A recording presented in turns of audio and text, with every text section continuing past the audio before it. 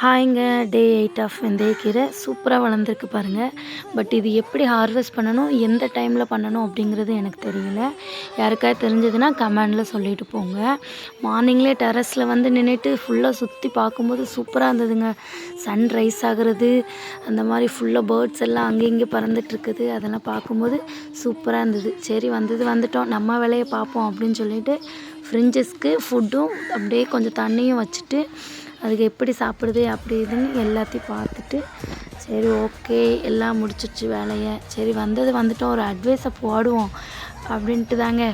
சரி நம்ம எல்லாருக்கும் நான்லாம் என்னென்னா எனக்கு யாராவது அட்வைஸ் பண்ண மாட்டாங்களாடா, நம்மளை யாராவது மோட்டிவேட் பண்ண மாட்டாங்களா அப்படின்னு சுற்றிட்டு இருப்பேன்.